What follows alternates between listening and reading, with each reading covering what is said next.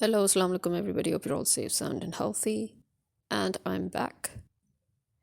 And there will be some background noise because before, I forget the details or before I lose the heart to do this podcast, I decided I better do it right now in broad daylight, which is not very normal because I try to do it at night when there's a lot of peace and quiet.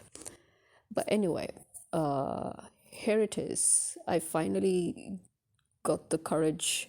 I guess, yeah, it does require a bit of courage to listen to the victim who fell off the container, who was pushed off the container, by the rangers, according to him, the rangers. So, as I told you, that even though 5 days ago the government had started making a lot of noise about how he's not dead, he's alive, the man that was pushed, the man who was praying and was pushed off the container is alive, and nothing has happened to him. He's completely fine. So that is what we found dubious.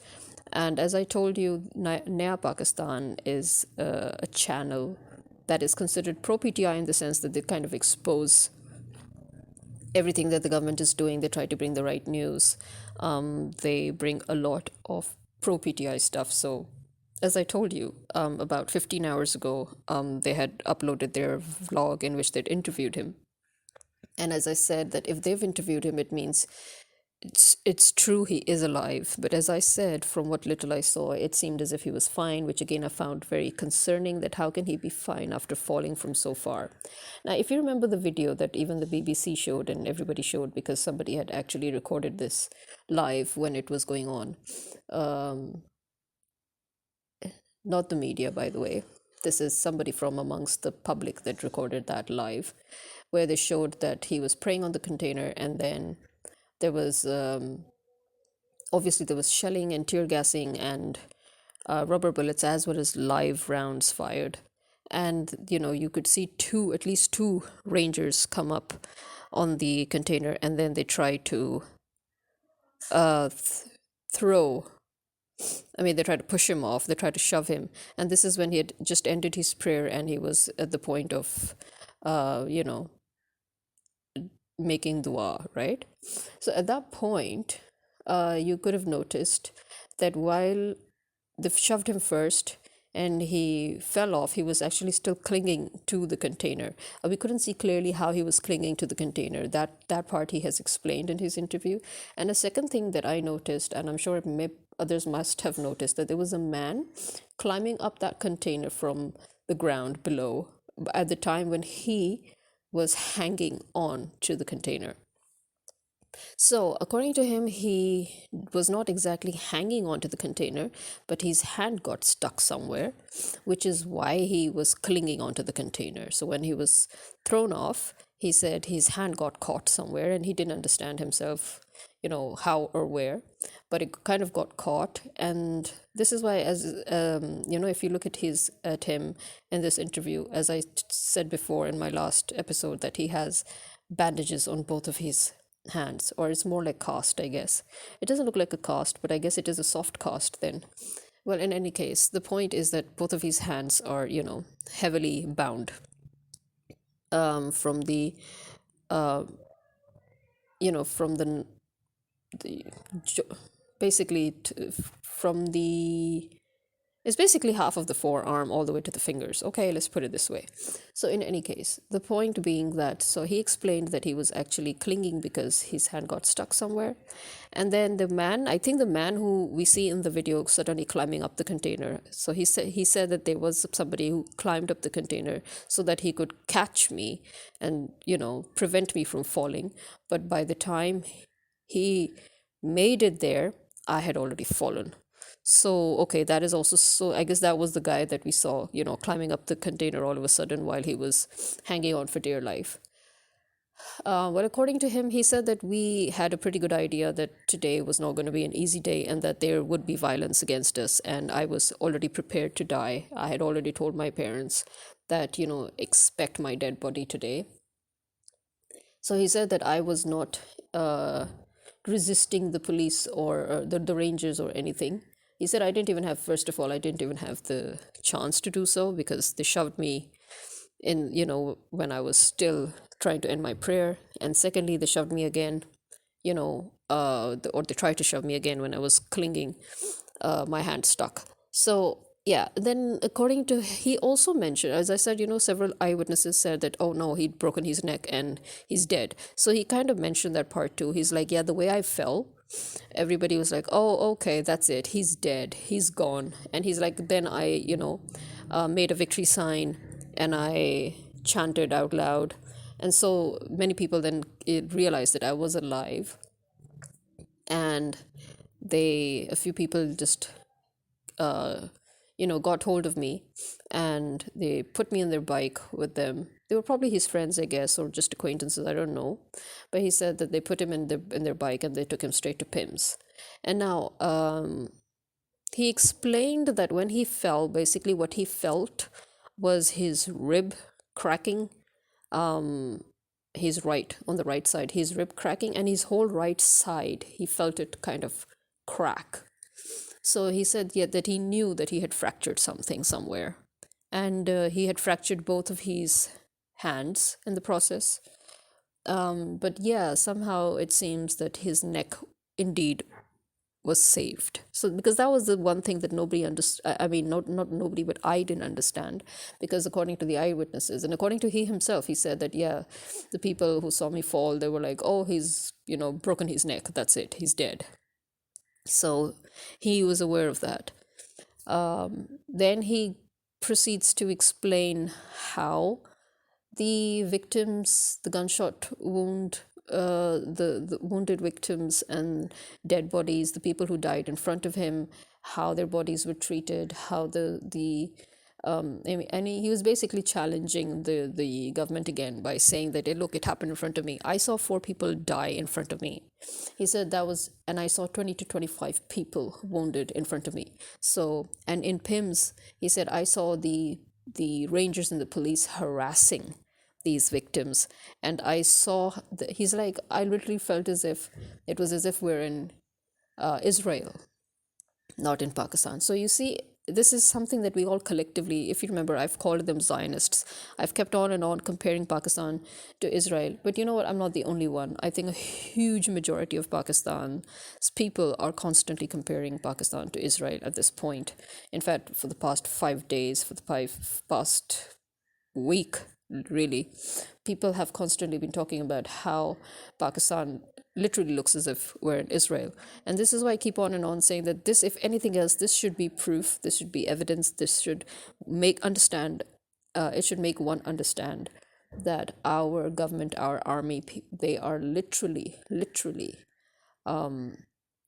following Israel and America. Because if you're following the American establishment, you're automatically following Israel, because the American establishment is very tightly entwined with the Israeli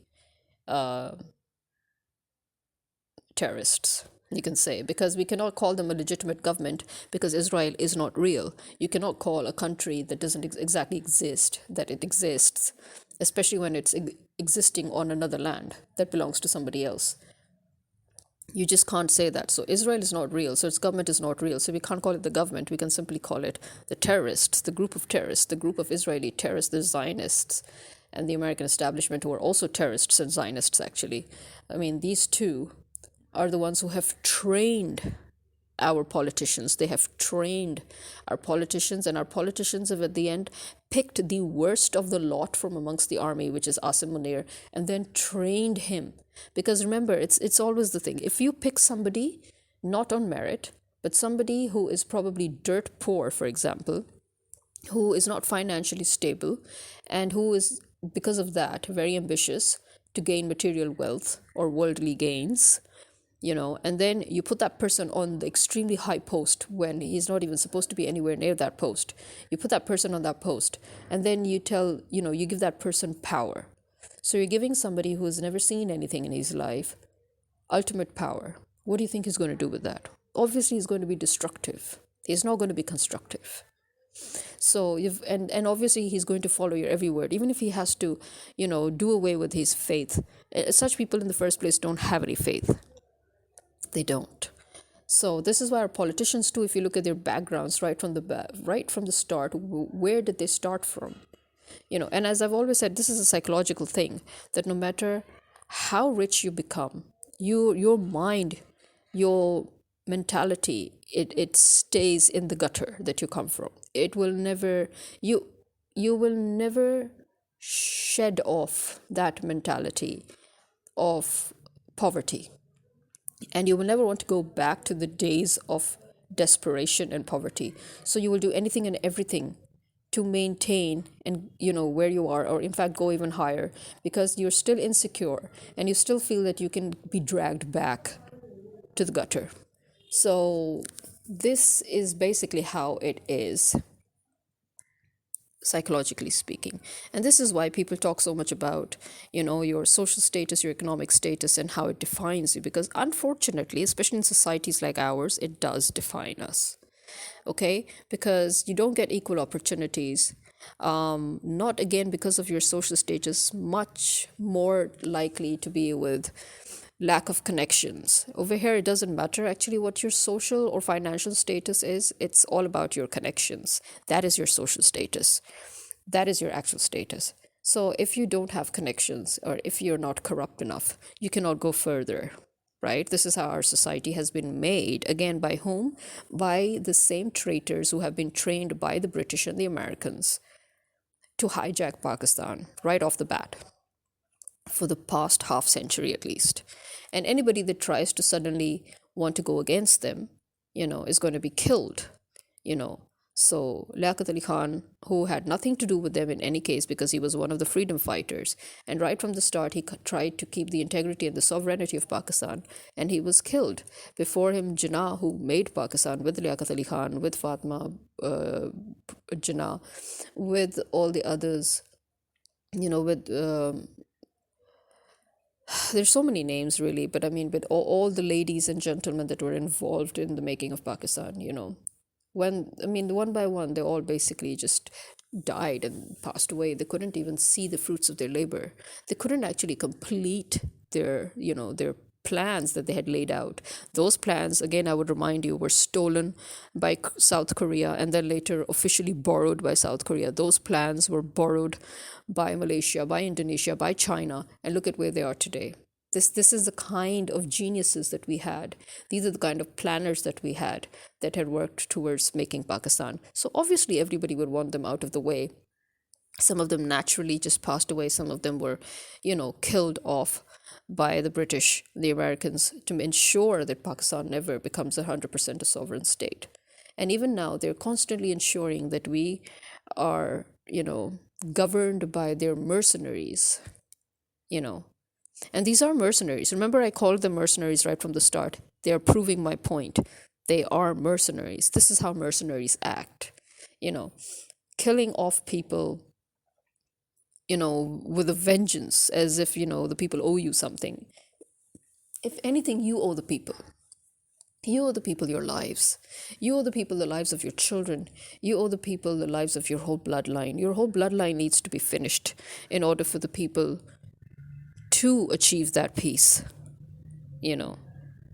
So the fact that there's no security in Pakistan, the fact that you can't even, I mean, as the ban also said, that the fact that you can't even pray now in your own country, are we in Israel, Are we dealing with Israelis here, or are we dealing with Pakistanis here? So this is a fact that everybody is now thinking along those lines, which is a good thing. It's a good thing that people are beginning to call them out, So he being an actual witness, he has said that yes, there are dead bodies, yes, there were gunshot wound victims, yes, they were harassed by the rangers and the police, yes, there were people who refused to get registered in the hospitals. This a few other people who were involved, a few other witnesses and journalists who were involved in these hospitals, in covering these hospitals, they have mentioned this, that yes, people did refuse to register themselves because they knew that the minute they would be registered as, victims in the hospital, then they would be harassed by the police and the army. So the army was saying that what, we were not involved? This man is telling you that they were rangers that pushed him off. What does that tell you? Well, first of all, as I said, I am just so glad that he really is alive and it really is him. Um, as I said, just make us a liar. I would much rather be wrong. I would much rather that PTI's members and leaders and supporters be wrong. I would much rather that the whole of Pakistan is wrong. You know, we would much rather have 100 people alive. But unfortunately, the number of the dead people are increasing, confirmed deaths. They started with 2, it's ended up at 14. Okay, and there's still so many missing. As I said, just produce them. If anything, you would prove your point that, yeah, PTI exaggerates, PTI lies. Just prove everybody wrong, for crying out loud. Why can't you do that?